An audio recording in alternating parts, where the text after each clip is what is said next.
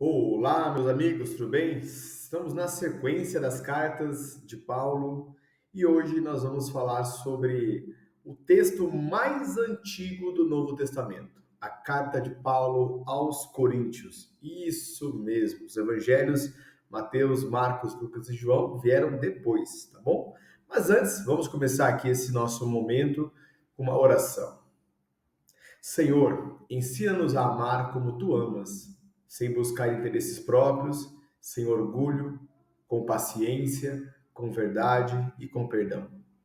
Que nossos dons sejam para o bem comum e que nossas diferenças se transformem em riqueza, não em divisão. Queremos ser juntos um só corpo em Cristo. Em nome do Pai, do Filho, do Espírito Santo. Amém. Eu sou o professor Max, professor e catequista na Escola Católica da Fé, e nós estamos continuando o nosso itinerário conhecendo as 13 cartas paulinas. Vem comigo então para mais esse momento importantíssimo, tá? Nós sabemos que um dos versículos mais importantes, ou mais conhecidos dentro das cartas de Paulo, é o hino ao amor, a primeira carta, né, de Paulo aos Coríntios, lá no capítulo 13, onde ele vai falar do amor verdadeiro. Mas tem muita coisa que é muito importante que você veja, que você sinta, que você perceba, fazendo a sua leitura, tá? Até porque muitas cartas de Paulo são lidas nas celebrações eucarísticas.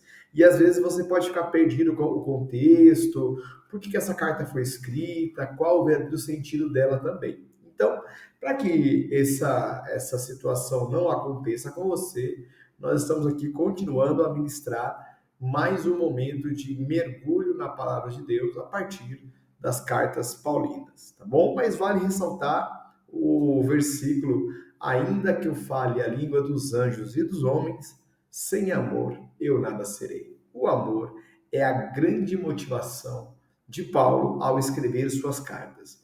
Ele vai perseguir esse amor, assim como muitos doutores da igreja também falam sobre a necessidade de compreender o amor de Deus.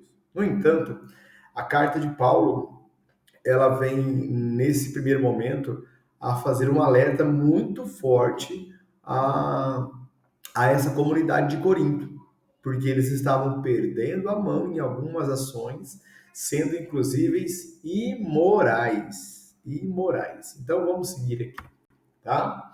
Então, a carta de Paulo aos Coríntios, ela é uma busca por trazer uma unidade a uma igreja que estava nascendo, reconhecer os dons que essa igreja tem, sem tapar o sol com a peneira por conta dos escândalos e tudo aquilo que poderia levar a uma ruína a essa comunidade que estava nascendo. Tá? Então, essa carta vai falar muito sobre a unidade, sobre como ser um em Cristo. Esquecer um pouco as mazelas humanas, e isso nós sabemos, né? Quando a humanidade entra em qualquer instituição, corre grande risco de não se perpetuar, né?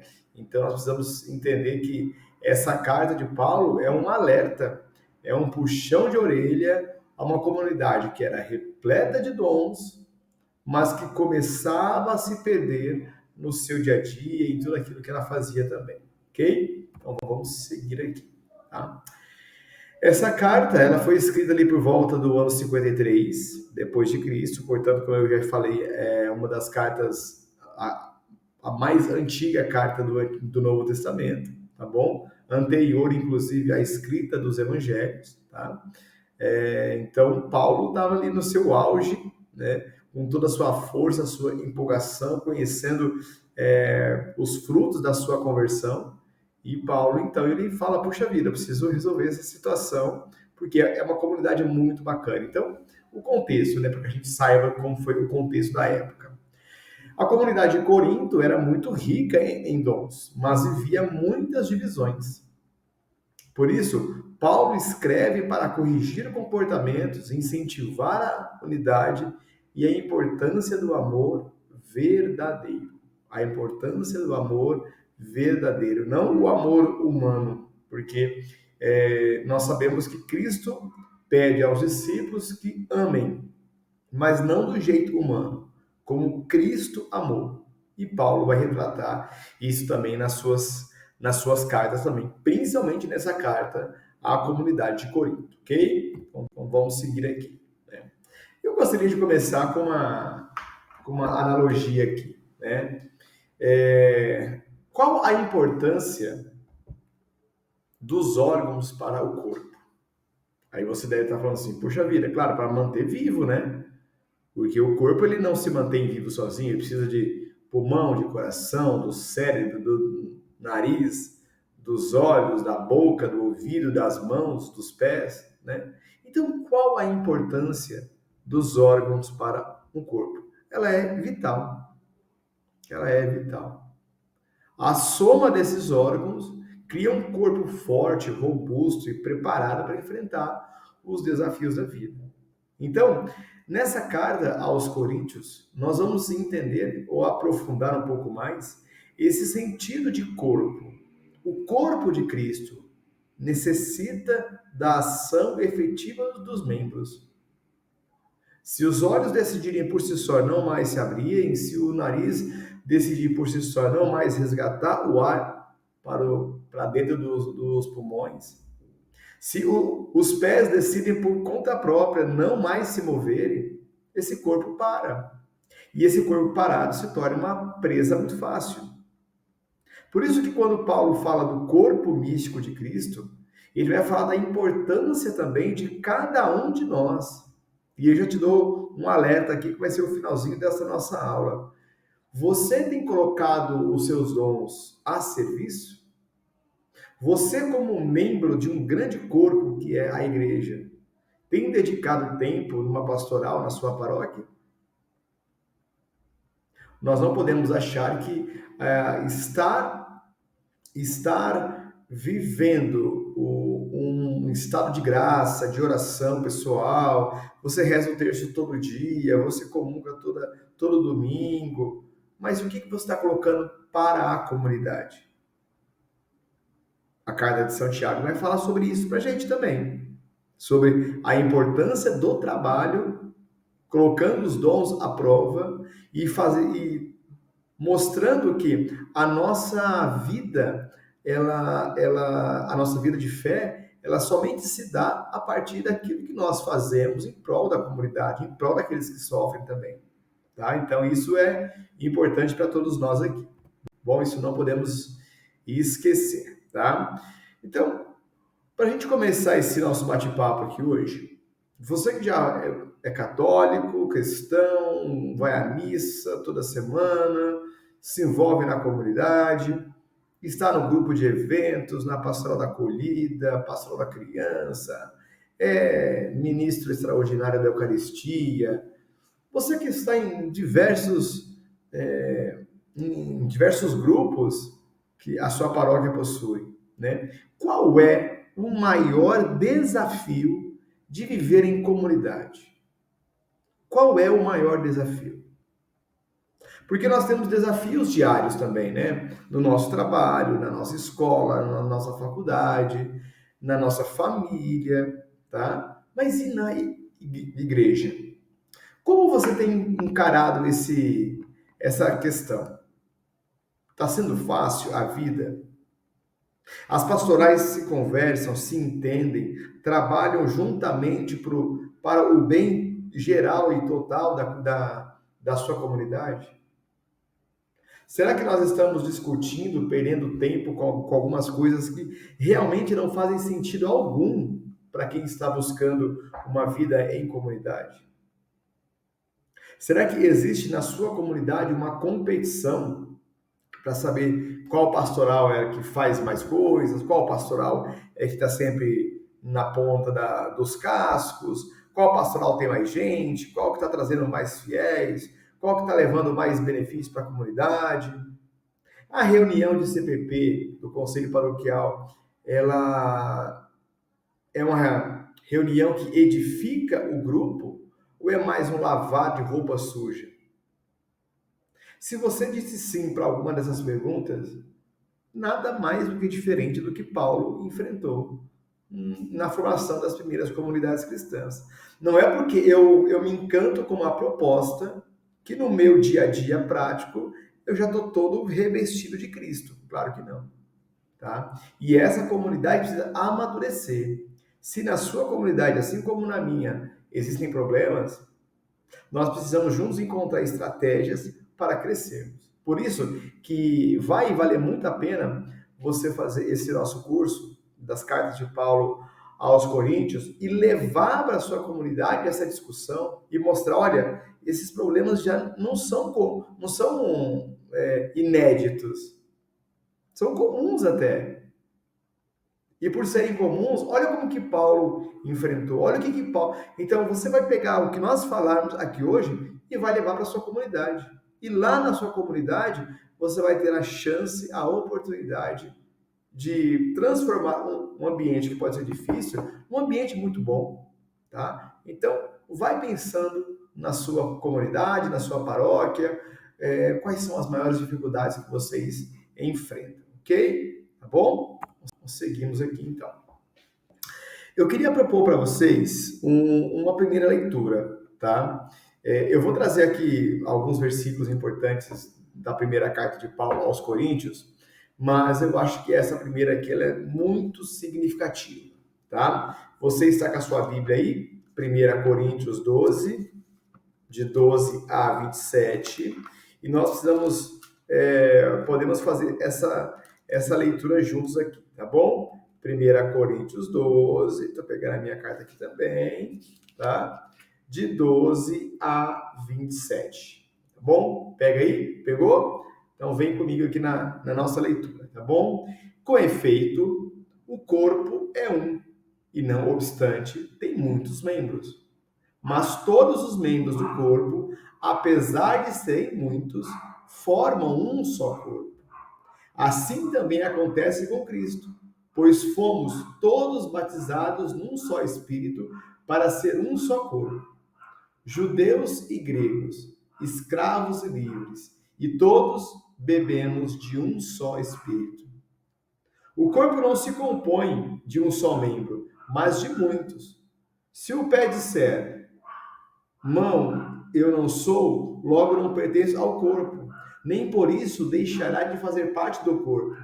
E se a orelha disser, olho, eu não sou, logo não pertenço ao corpo, nem por isso deixará de ser parte do corpo. Se o corpo todo fosse olho, onde estaria a audição? Se fosse todo ouvido, onde estaria o olfato? Mas Deus dispôs cada um dos membros do corpo, segundo a sua vontade. Se o conjunto fosse um só membro, onde estaria o corpo? Há, portanto, muitos membros, mas um só corpo. Não pode o olho dizer à mão, não preciso de ti. Nem tampouco a cabeça pode dizer aos pés, não preciso de vós. Pelo contrário, os membros do corpo que parecem mais fracos são os mais necessários.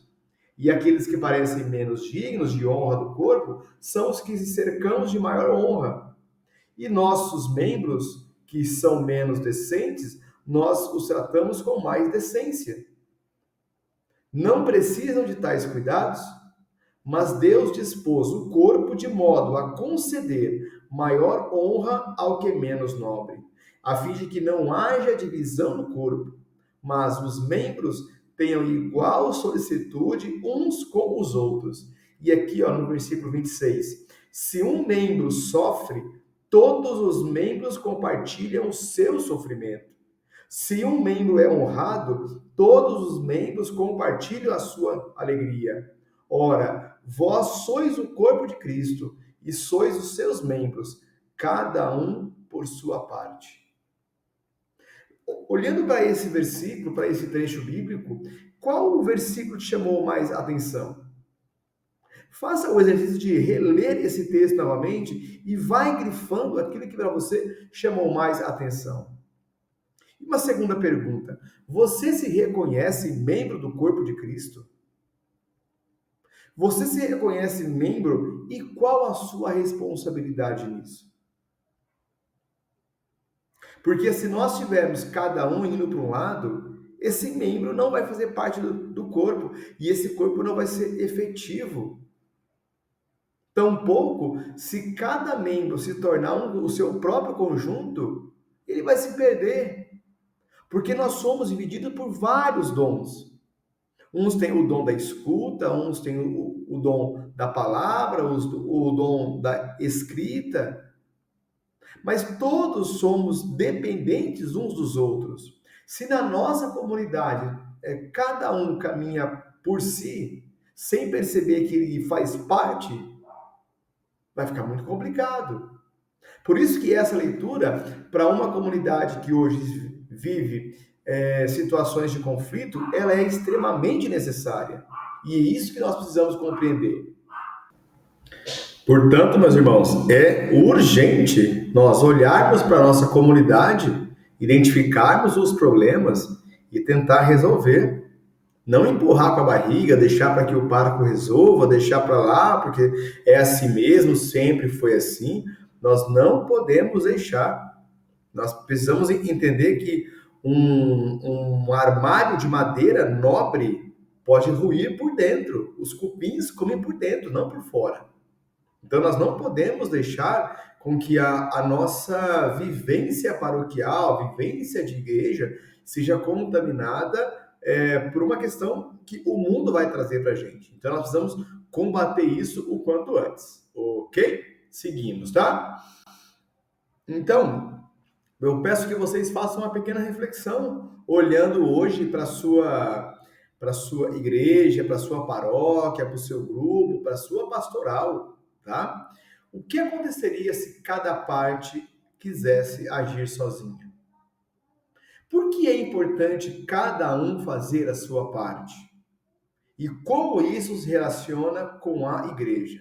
Então vamos na primeira questão, né? Se cada membro da igreja, da pastoral, da sua paróquia, resolve agir por conta própria, sem ouvir os demais membros, pode gerar um grande conflito. Porque nós temos pensamentos diferentes, estratégias diferentes.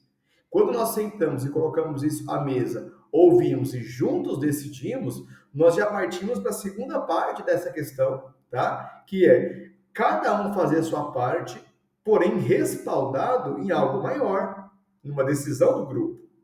Portanto, o que Paulo diz para essas pessoas é o seguinte: sentem, organizem a vida de vocês, vejam o que é melhor para o grupo e não o que é melhor para mim. Tá? Porque aquilo que é bom para mim pode não ser para o grupo. E como que isso se relaciona com a igreja? A igreja necessita do movimento sincronizado de todos nós, do pároco, do vigário, do pessoal da música, da acolhida, dos ministros, dos coroinhas. Todos precisam estar unidos em prol de uma única ação, que é revelar ao povo a presença real de Jesus. Precisamos levar Jesus às pessoas. Se entre nós não estamos conseguindo, como que os outros vão perceber Cristo agindo naquele lugar? Por isso que se você abrir, por exemplo, no capítulo 5, 1 Coríntios 5, ele vai bater numa tecla muito pesada, que é do incesto. Ele vai falar, só se ouve falar, lá no versículo 1, só se ouve falar de imoralidade entre vós. E imoralidade tal que não se encontra nem mesmo entre os gentios, ou seja, entre os pagãos. Um dentre vós vive com a mulher do seu pai. Então, se nós hoje temos uma briguinha, eu não vou falar porque pode ser que não seja legal, não sei qualquer pessoa. Olha como que Paulo ele é direto. Ele ataca um grande problema da moralidade. E aí, se você for lá no capítulo 7, no final na metade do capítulo 6, versículo 12, ele vai falar assim: tudo me é permitido, mas nem tudo me convém. Tudo me é permitido, mas não me deixarei escravizar por coisa alguma. Os alimentos são para o ventre, e o ventre para os alimentos. Mas o corpo não é para a fornicação. Então, Paulo fala de um outro problema. as relações sexuais com as prostitutas.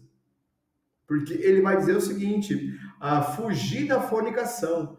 Todo outro pecado que o homem cometa é exterior ao seu corpo. Aquele, porém, que se entrega à fornicação, peca contra o próprio corpo. O que é fornicação? É o coito, é a relação sexual com prostitutas, ou seja, fora do casamento. Fora daquela relação abençoada por Deus. Então, Paulo, ele é direto. E nós precisamos olhar para a nossa comunidade e perceber quais são os problemas que hoje nós enfrentamos e que não podem mais continuar. Porque, como eu já disse, o cupim, ele começa a comer a madeira por dentro, não é por fora. Então, se eu sei de um caso na minha comunidade, eu preciso fazer isso chegar ao conhecimento do nosso pároco. O pároco, com muita caridade, muito amor, chamar as pessoas, conversar, exortar as pessoas para que elas possam ser diferentes, porque nós sabemos que, e Paulo vai falar também, né? A massa, ela pode levedar com pouquinha coisa, ela pode ser estragada com poucas coisas. Então, é importante falarmos abertamente dos nossos problemas, não com a intenção de manchar a honra da outra pessoa, mas com o puro desejo de melhorar, de transformar e que todos caminhemos juntos rumo ao reino de Deus, ok? Um outro momento importante de leitura para a gente agora nessa primeira carta aos Coríntios é Coríntios 13, de 1 a 13. É uma carta bem conhecida e eu acho que vale a pena você ler todas as vezes que você desconfiar do amor de Deus. Como que o amor de Deus ele realmente é. Então, eu convido você a fazer uma leitura muito criteriosa em Coríntios 13, de 1 a 13, porque ele vai falar do amor verdadeiro. O que é o amor? E não são essas migalhas de amor que hoje recebemos e que às vezes também nós damos a quem está à nossa volta. Nós damos migalhas de amor porque nós estamos envolvidos numa série, nós estamos envolvidos com o celular, nós estamos envolvidos com questões do trabalho que eu levo todos os dias para casa, e as pessoas que estão ao meu redor não conseguem experimentar um amor genuíno, puro, 100%. Então, que tipo de amor é esse que Paulo fala para a gente? O que será que Paulo aprendeu de Jesus naquele contato no caminho para Damasco, que o fez transformar e enxergar a vida com uma profundidade que até hoje, para muita gente, é absurda.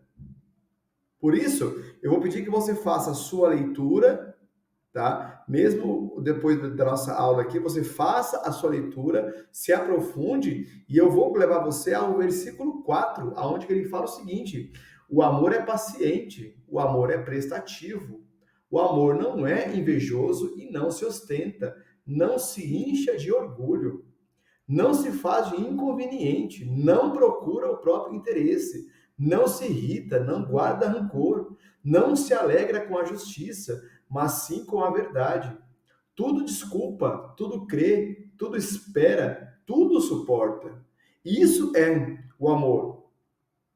Muitos de nós têm uma experiência de amor fragilizada e acaba confundindo o amor com o simples gostar de alguma coisa. Portanto, meus amigos, o que é o amor para o apóstolo Paulo? Paulo entende o amor como o amor doação, o amor que vai além das próprias forças humanas.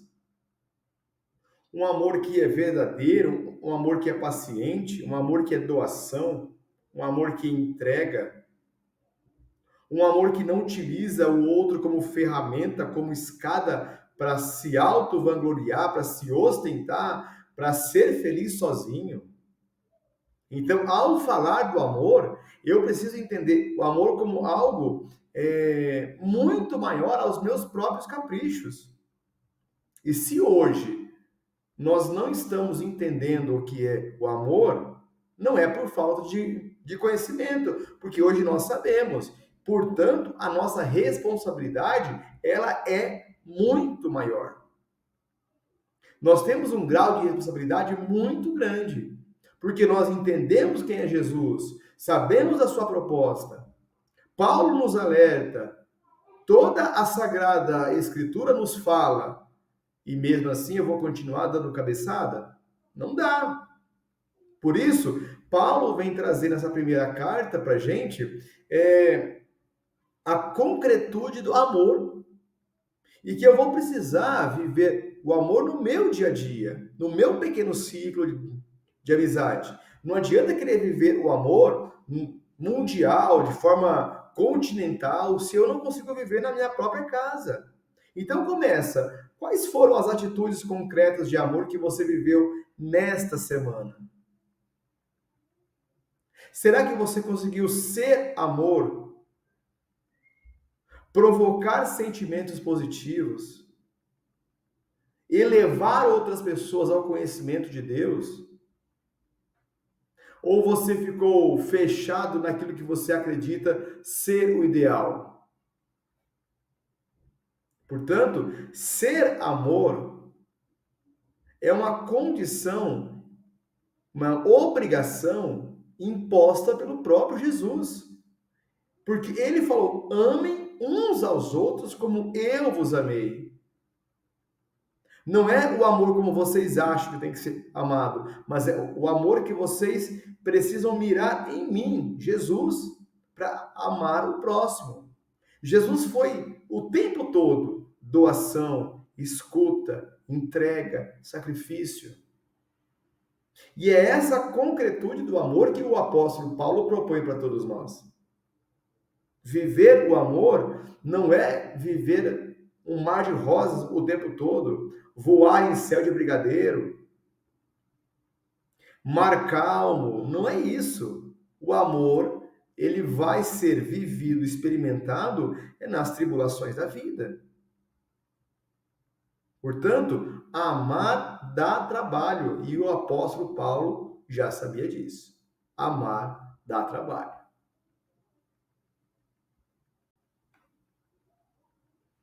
Dessa forma, para a gente fechar aqui a primeira carta de Paulo aos Coríntios, eu gostaria muito que você pudesse ler essas indicações bíblicas, tá? No capítulo 1, no versículo 10, onde vai falar sobre a comunidade. No capítulo 6, onde ele vai falar que o nosso corpo é templo do Espírito Santo, e aí Paulo já vem atacando as questões da fornicação, da traição, do incesto. Então, acho importante você ler isso, tá? E sem perder de vista o hino ao amor. A carta de Paulo aos Coríntios, sem o hino ao amor, seria uma carta capenga, tá? Por isso, leia, releia e entenda. E se pergunte, de que maneira você hoje vive o amor proposto por Jesus? Um amor entrega, um amor doação, um amor interesseiro, um amor partilhado em migalhas? Que tipo de amor hoje você vive? Ok? Então, finalizamos essa primeira carta de Paulo aos Coríntios e agora vamos para a segunda carta, que não é menos importante, porque aqui Paulo ele vai precisar começar a defender a própria fé, tá? Nós vamos perceber aqui que elas foram escritas em épocas diferentes, mas a comunidade de Corinto deu trabalho para ele aqui, tá bom? A primeira ali por volta do ano 53, a segunda por volta do ano 56. Então, 3, 4 aninhos depois que ele havia escrito a primeira carta, ele volta a escrever, mas aí já existe o quê? Uma contestação da própria autoridade de Paulo. Já haviam pessoas contestando a sua autoridade. E vamos ver como é que Paulo responde a tudo isso também, tá bom? Beleza? Se você já quiser pegar a sua Bíblia aí, tá bom? Segunda carta de Paulo aos Coríntios, já vai nos ajudar bastante aqui, tá bom? Então vamos seguir aqui. Então, só para a gente compreender o contexto ali, né? Escrita entre os anos de 55 e 56. A segunda carta de Paulo aos Coríntios é conhecida por sua profundidade ao abordar, olha quais são os temas importantes desta segunda carta de Paulo. Então, a segunda carta de Paulo, ela é conhecida por abordar com profundidade os seguintes temas: reconciliação, sofrimento e a natureza do ministério cristão. Porque quanto mais o tempo vai passando, vai se perdendo aquela imagem de Jesus. E Paulo vinha para reforçar, olha, precisamos estar atentos nesse ponto aqui, tá? A carta, ela vai lidar com conflitos entre Paulo e a igreja de Corinto. Sim, contestaram a autoridade e os ensinamentos de Paulo. E aí Paulo teve que criar uma defesa para mostrar o porquê que ele falava e com qual autoridade ele falava naquele momento, ok? Então, os principais versículos dessa carta aqui, nós temos ali, ó, no capítulo 4, versículo 7, no capítulo 5, versículo 17, no capítulo 12, o versículo 9. Então, vamos ler, gente? Vamos lá, então, no capítulo 4, tá? Capítulo 4, versículo 7. Mas vamos começar desde o primeiro versículo, que ele fala o seguinte: por isto, já que por misericórdia fomos revestidos de tal ministério, não perdemos a coragem. Dissemos não aos procedimentos secretos e vergonhosos, procedemos sem astúcias e não falsificamos a palavra de Deus. Lembra do alerta que ele já tinha feito à comunidade sobre a fornicação, sobre as relações sexuais entre os familiares? Ele vai falar também lá na primeira carta sobre os alimentos impuros, de como você precisa estar na comunidade, dando bons exemplos, tá? Então aqui Paulo retorna recordando tudo isso também. E ele continua dizendo aqui, ó: muito ao contrário, pela manifestação da verdade, recomendamos-nos a consciência de cada homem diante de Deus. Por conseguinte, se o nosso evangelho permanece velado, está velado para os que se perdem, para os incrédulos, dos quais o Deus deste mundo, Deus, letra minúscula aqui, tá? O Deus deste mundo obscureceu a inteligência a fim de que não vejam brilhar a luz do evangelho na glória de Cristo, que é a imagem de Deus. E aí, se você for lá para o versículo 7, ele fala o seguinte: trazemos, porém, este tesouro em vaso de argila, para que esse incomparável poder seja de Deus e não de nós. Somos atribulados por todos os lados, mas jamais esmagados. Postos em extrema dificuldades, mas jamais vencidos. Perseguidos, mas não abandonados. Prostrados por terra, mas não aniquilados. Incessantemente e por toda parte trazemos em nosso corpo a agonia de Jesus. O que Paulo quer dizer que nós trazemos tesouros em vasos de barro? A verdade de Deus está sobre nós. O amor de Deus está sobre nós. Está no nosso coração. Mas nós somos frágeis. Nós caímos com facilidade. Nós erramos com uma naturalidade que não pode ser mais aceita. Por isso que nós precisamos compreender que, por conta da nossa fragilidade, eu preciso conhecer mais a palavra. Porque eu posso estar caído, mas não aniquilado. Eu posso estar cansado, mas jamais vencido, querendo retroceder. Olha o quanto Paulo ele é profundo nas suas palavras e retrata uma verdade que hoje nós vivemos aqui. Uma verdade que nos dói muito. Saber que nós somos frágeis, mesmo Jesus revestindo todos nós aqui com a força do Espírito Santo, nós somos frágeis e caímos. Nós somos frágeis, caímos e por vezes temos dificuldades para levantar. Mas por ter dentro de nós esse grande tesouro, nós vamos levantar. Você que passa por uma dificuldade financeira, você que passa por uma dificuldade de saúde, sabe muito bem do que eu estou falando. Às vezes é difícil, mas por termos dentro de nós o amor de Deus muito presente, é que nós vamos vencer qualquer dificuldade. Tá? Tá bom? Ok? Eu convido você a ir lá no capítulo 5, tá bom? Capítulo 5, vamos começar pelo versículo 11, porque nós vamos chegar ali no somos uma nova criatura, presente no versículo 17, tá? Ele fala o seguinte, ó: compenetrados, pois, do temor do Senhor, procuramos convencer os homens. Quanto a Deus, somos-lhes plenamente manifestos. Espero que sejamos também plenamente conhecidos por vós em vossas consciências.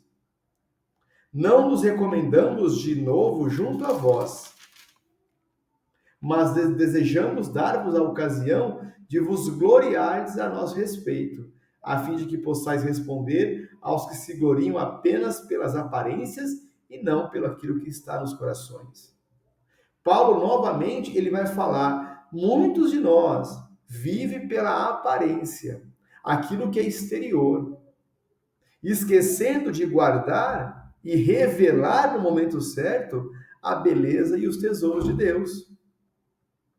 Muitos de nós aqui vivemos em comunidades e percebemos facilmente aquela pessoa que realmente é piedosa, daquela que se diz piedosa, aquela pessoa que pela oração mudou o seu jeito de ser e daquela que reza uma oração vazia, estéril, fria.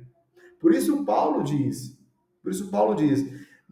aos que se gloriam apenas pelas aparências e não pelo aquilo que está nos corações. Paulo, ele faz uma defesa da verdadeira imagem do cristão, que não é aquele que transfigura o seu rosto para parecer que está chorando, que está compenetrado, que está rezando, mas para aquele que muda as atitudes, sendo um novo Cristo na comunidade, fazendo o bem independente das pessoas que estejam ao seu redor. Tá? E aí, ele vai dizer, lá no versículo 16, por isso, doravante, a ninguém conhecemos segundo a carne. Também, se conhecemos Cristo segundo a carne, agora já não conhecemos assim. Se alguém está em Cristo, é uma nova criatura. Por isso, estar em Cristo nos fará mudar o nosso jeito de agir. Precisamos, se eu quero identificar se eu realmente mudei, se não são apenas palavras jogadas da boca para fora,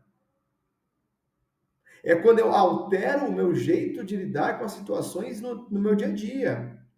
Quando eu me afasto daquilo que é o pecado. Quando eu entendo a necessidade de não dar ouvido para quem não presta. Por isso, fugir do pecado, fugir da aparência do mal, já diz o autor bíblico. Precisamos fugir daquilo tudo que não faz bem para todos nós. Porque em Cristo somos uma nova criatura. Mas eu só serei uma criatura nova se as minhas atitudes revelarem esse Cristo que eu estou professando com a minha boca. Tá? Fizemos, todo ano nós temos a nossa quaresma, rezamos, fazemos penitência, mas me diga, o que tem mudado na sua vida? Todas essas práticas lindíssimas, mas que não podem ficar apenas na prática. Não adianta você enrolar o terço na mão e ir para a missa com o terço na mão, se é somente naquele momento que você pega seu terço. Ser uma nova criatura implica em ser uma pessoa realmente nova, diferente. Aonde, como já dizia São João Bosco, né? Não basta que o jovem sinta que ele é amado, ele precisa saber que ele é amado. As minhas atitudes precisam transfigurar esse amor de Deus que modificou o meu jeito de falar, o meu jeito de ouvir, o meu jeito de enxergar as pessoas. Por isso, em Cristo somos uma nova criatura.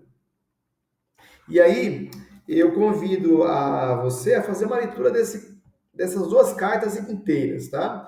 Mas a título de curiosidade, vamos lá no versículo 12, tá bom? No versículo 12, no versículo 9, onde que vai falar sobre a força de Deus se revela na fraqueza.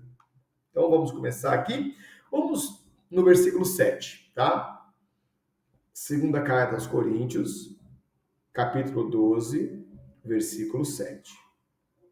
Já que essas revelações eram extraordinárias, para eu não me encher de soberba, foi-me dado um aguilhão na carne, um anjo de Satanás para me espancar, a fim de que não me encha de soberba. A esse respeito, 3 vezes pedi ao Senhor que o afastasse de mim. Respondeu-me: basta-te a minha graça, pois é na fraqueza que a força manifesta o seu poder. Todo ânimo prefiro gloriar-me das minhas fraquezas, para que poupe sobre mim a força de Cristo. Por isso, me comprazo nas fraquezas, nos opróbrios, nas necessidades, nas perseguições, nas angústias, por causa de Cristo. Pois, quando sou fraco, então é que sou forte. Vamos voltar um pouquinho aqui, lá no versículo 7, que eu comecei lendo para vocês.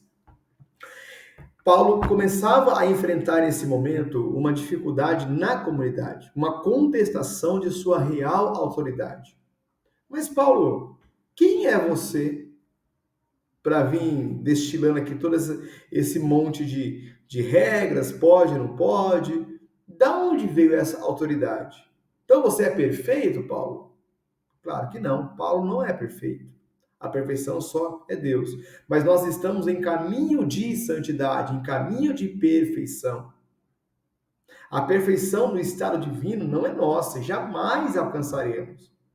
Mas a busca pela perfeição, por uma melhora das minhas ações, pelo meu jeito de ser, tem que ser uma constante de todos nós. Então Paulo foi contestado e ele falou assim: olha, irmãos, sobre mim tem um anjo de Satanás que me espanca todos os dias. E eu caio. Mas eu só me levanto porque Cristo está comigo. Então é na minha fraqueza que Cristo aparece. E é por isso que na minha fraqueza eu sou forte. Olha que profundo isso. Isso é de uma beleza poética muito grande. Portanto, meus amigos, não fiquem chateados se te perseguirem, se vos injuriarem, se mentirem com o seu nome, porque é justamente nesse momento que Jesus se fará forte na sua vida. Ok? Tudo certo? Uma maravilha, muito bom, né? Poder falar um pouquinho sobre essa carta de Paulo, né? Nós começamos esse nosso encontro aqui hoje falando dos dons que Paulo escreve à comunidade de Coríntio, sabendo das dificuldades que eles passavam, mas também reconhecendo os dons que eles tinham. Portanto, meus amigos, nós estamos aqui falando de uma comunidade complicada, mas não menos bela por conta disso, porque é justamente na fraqueza dessa comunidade que o próprio Cristo se revela e eleva essa comunidade. Paulo fala muito disso. É na fraqueza que Deus revela a sua fortaleza, a sua força. Por isso, eu te faço uma pergunta.